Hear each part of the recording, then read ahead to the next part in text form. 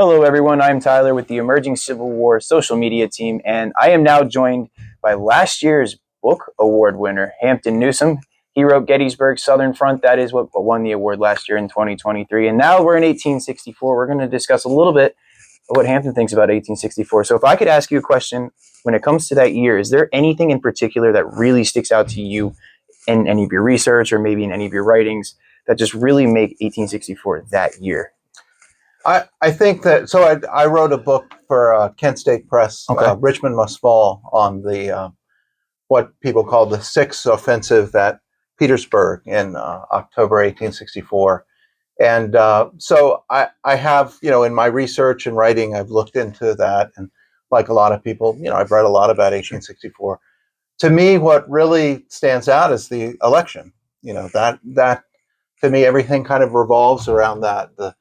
The fortunes of the war, obviously the fortunes of the Lincoln administration. And I think as you're going into 1864, and particularly as you're going into the fall, a lot of the military decisions are really, they're really kind of keying off of what's going on with the election and concerns about the results. Right.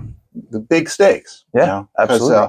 So if Lincoln loses, we don't really know what a McClellan administration would look like, but you can speculate that Absolutely. things would have turned out a lot differently. So for me, that's what really kind of stands out there. Right, and I mean, you answered the question I was going to ask you second. I was like, do you really think that these October offensives are really driven to sort of influence, maybe not influence, but provide an outcome with the election? Because if Lincoln gets a victory, that's some weight added. Definitely.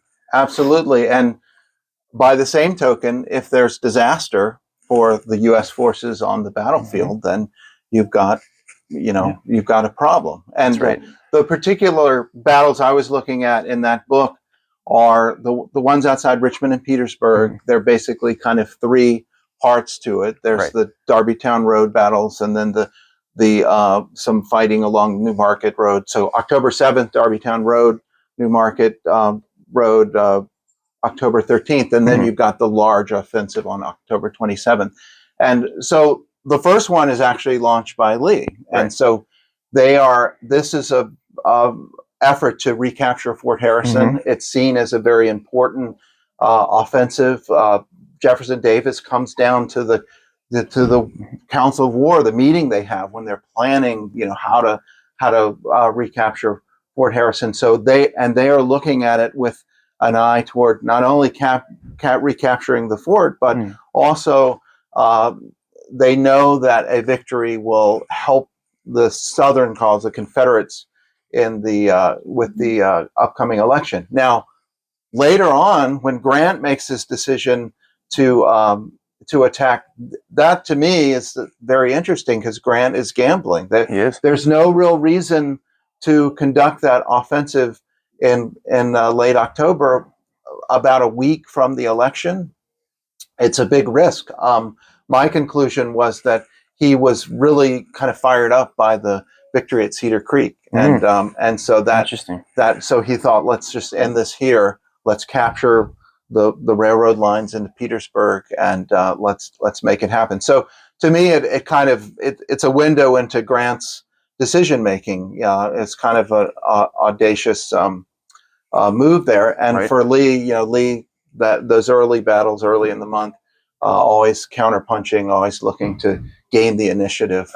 So these are things that are not household names, and that's usually what I write about, things that no one has ever heard of. Sometimes that's before. The cooler stuff. Yeah, absolutely. And so anyway, that's kind of my window into it. Obviously, there are a lot of other things going on in 1864. There are, but no, Hampton, that's fascinating. I really appreciate you sharing that with us.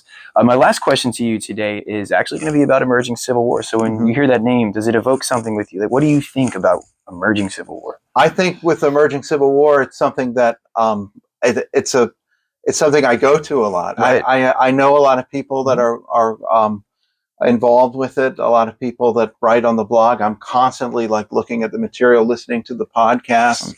I think it's such a great organization in terms of you've got this mix of academic and public historians and people that are, they're dealing with the public all the time on this fascinating period that's also very complicated and has lots of different aspects to it. And I just, my hat's off to the folks that are involved and are doing that work all the time. Yeah, Wow. and we're here today at the symposium, and what a great crowd! What a great Yes. venue, and speakers have been great today. Yeah. And great coffee too. that always helps, doesn't it? Well, folks, Hampton, thank you again for joining us. It's been awesome to have you and great conversation today. And for all those watching, we will see you online and on the battlefield.